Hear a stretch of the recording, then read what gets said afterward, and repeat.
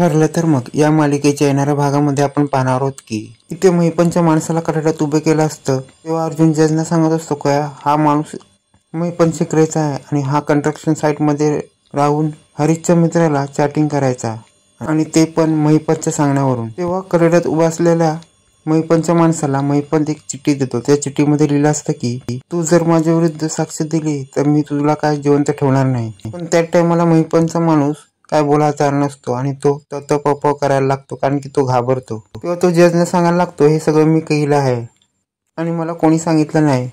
त्यामुळे त्या माणसाने साक्ष बदलल्यानंतर या केसमध्ये पुन्हा एकदा टर्न आलेला असतो। त्याच टाइमला दामिनी वकील बोलते की महिपन शिकरेच्या अशा किती साईट आहेत, त्या साईट मध्ये कोण राहतो कोण नाही हे कसं सांगू शकणार। आणि दामिनी वकील बोलते त्या प्रकरणाबद्दल त्यांना काय माहित नाही, त्याने या प्रकरणामध्ये गुंतवलं जाऊ नये। तेव्हा अर्जुन बोलतो मी बँकेतलं सीसीटीव्ही फुटेज दाखवतो। त्या सीसीटीव्ही फुटेज मध्ये महिपनचा माणूस हा बँकेत आला होता आणि ते बँकेतील पैसे विलासच्या नावाने काढायला सांगितले होते आणि तो विलास पैसे मधुभाऊकडे घेऊन येतो आणि त्याच टाइमला अर्जुन डायरी दाखवतो आणि डायरी मध्ये सांगतो की महिपन शिकरे हा एसएस बिल्डर आहे आणि त्याच्या बँकेतले पैसे काढून त्याने विलासला दिले होते आणि त्यामुळे महिपनची चौकशी करावी कारण की महिपनने हे पैसे कशाला काढले, कोणाला दिले त्याबद्दल चौकशी व्हावी। त्यानंतर कोर्टाचं कामकाज थोडा थांबल्यानंतर इथे चेतन सांगत असतो की मला एक पुरावा मिळाला आहे कारण की या पुराव्यामध्ये कळतं की तन्वी ही हरीशला घेऊन महिपतकडे गेली होती।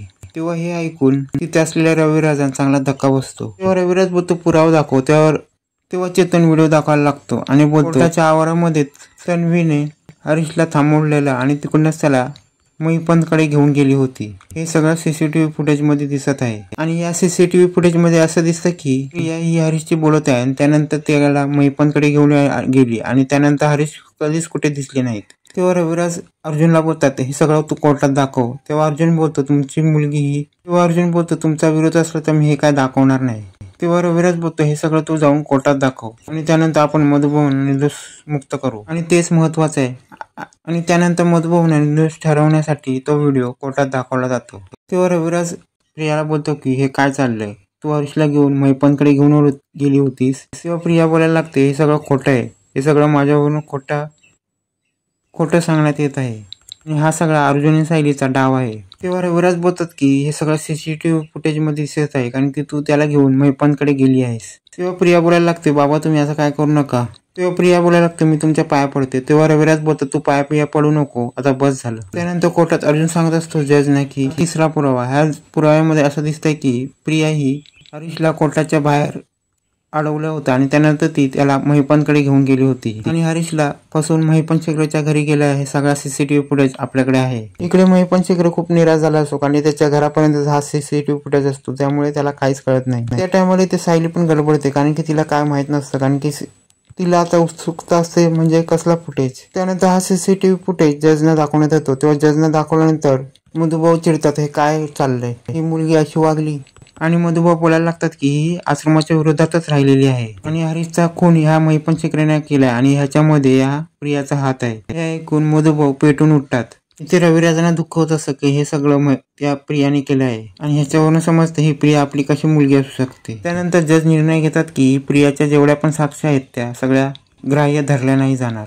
त्यानंतर ते महिपन ठरवतो की हे सगळे रिपोर्ट कोर्टात आले, बाकीचे रिपोर्ट फॉरेन्सिक रिपोर्ट हे कोर्टात येऊ नये त्यासाठी तो काहीतरी विचार करत असतो आणि तो प्रियाला भेटतो आणि बोलतो हे सगळे रिपोर्ट आलेत पण आता फॉरेन्सिकचा रिपोर्ट इथे येता कामा नये, कोर्टात येता कामा नये। आणि महिपन प्रियाला सांगायला लागतो की मी पण अडकीन, त्यानंतर केसमध्ये तुला पण अडकवीन आणि सगळ्यांना सांगेन की तू या किल्लेदाराची मुलगी नसून दुसरीच कोणतरी तोतया आहेस आणि तू तोतया तन्वी असून मी कोर्टात सांगेन आणि रविराजांना पण सांगेन। तेव्हा प्रिया बोलायला लागते की तुम्ही मला सारखे ब्लॅकमेल का करता। तेव्हा प्रिया बोलायला लागते तुम्हीच तर मला सांगितलं होतात ना खोट्या तन्वीचा रूप घेऊन या घरात यायला आणि प्रिया बोलायला लागतो तुम्ही नसतं या गोष्टीवर मला कशाला ब्लॅकमेल करायला लागता। तेव्हा महिपन शिकरे बोलतो आता जे सांगितले ते काम कर, नाही तर तुझ्याकडनं कुठली कामं होत नाहीत आणि तुझ्याकडनं कुठली कामं होत नाहीत त्यासाठी मी हे सगळं सांगितलं आहे। तेव्हा प्रिया बोलते ते रिपोर्ट कसे येतील। तेव्हा इथे महिपन सांगायला लागते ते रिपोर्ट असे तसे नाही येणार, तुझ्या बापाच्या फोनवर येतील, त्यामुळे तुला बापावर लक्ष ठेवायला लागेल त्या म्हणजे त्या रविराजावर आणि ते रिपोर्ट रविराजांच्या फोनवर आले ते कसे डिलीट करायचे हे तू बघायचं। पण त्या टाइमला तिथे रविराज येतो आणि त्यांनी थोडंफार ते बोलणं ऐकलेलं असतं। त्या टाइमला रविराज विचार येतो हा काय बोलत होता महिपन तन्वीला, तू त्याची मुलगी नाहीस, जर तू काम केलं नाहीस तर तुझं असं करीन. त्या टायमाला रविराजांना आठवत असतं की कसं या मैपण शिकरे आणि प्रियाचं कनेक्शन आहे ते प्रतिमा सांगत होती. आणि त्या टायमाला प्रतिमाचं बोलणं हे रविराजांनी टाळून टाकलं असतं आणि ते बोलणं मनावर घेतलं नसतं. तिचे फॉरेन्सिक रिपोर्ट जोपर्यंत रविराजांवर इकडे येत नाही तोपर्यंत तन्वी ही रविराजांच्या पाठी असते आणि ती सारखी घाबरली असते की हे जर रिपोर्ट रविराजांच्या फोनवर आले तर का होईल.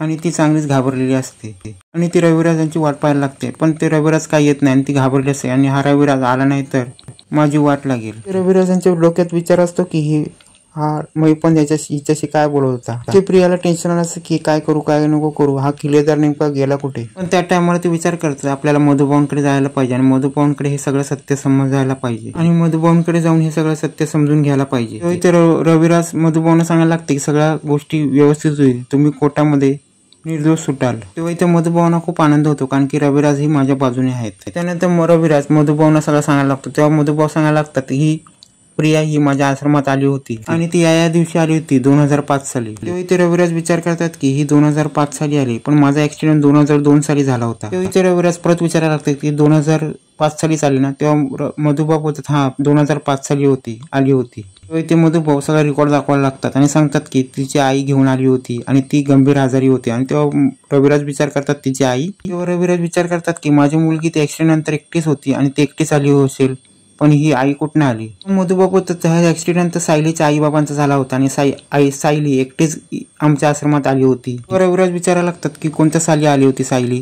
तेव्हा मधुभाऊ सांगतात 2002 साली. तेव्हा मधुभाऊ बोलतात की त्यांच्या आई वडिलांचा ऍक्सिडेंट झाला होती तेव्हा ती एकटी इथे आली होती. तेव्हा इथे रविराजांना कळतं की ही प्रिया माझी मुलगी नाही, ही सायलीच माझी मुलगी आहे. आणि प्रियाच्या सगळ्या सांगितलेल्या खोट्यापणाने रविराज या मुळापर्यंत पोहोचले असते आणि मुळाचं मधुभाऊने निरासन केलेलं असतं. तिचे रविराज विचार करतात की हिने मग सायलीचं गाठोडं का ठेवलं आणि तिचा फोटो का ठेवला, आता ते गाठोडे मला पाहायला पाहिजे. त्या टायमाला त्या प्रियाला ते गाठोडे नाईलाजाने दाखवावं लागतं आणि त्या गाठोड्यामध्ये तन्वीचा म्हणजे सायलीचा लहानपणीचा फोटो असतो. आणि त्या टायमाला मधुभाऊ बोलतात हा तन्वीचा लहानपणीचा फोटो नाही, हा माझ्या सायलीचा लहानपणीचा फोटो आहे. आणि त्या टायमाला सगळ्यांना समजतं की ह्या प्रियाने खूप मोठं कारस्थान करून हे सगळं डाव केलेलं आहे आणि तिचं सगळं कारस्थान सगळ्यांसमोर आलेलं असतं. आता नेमकं प्रियाचं सगळं सत्य तर रविराज आणि किल्लेदारांच्या आणि सुभेदारांच्या घरासमोर आलेलं असतं आणि सगळ्यांसमोर तिचं चांगलंच पित्त उघडं पडलेलं असतं.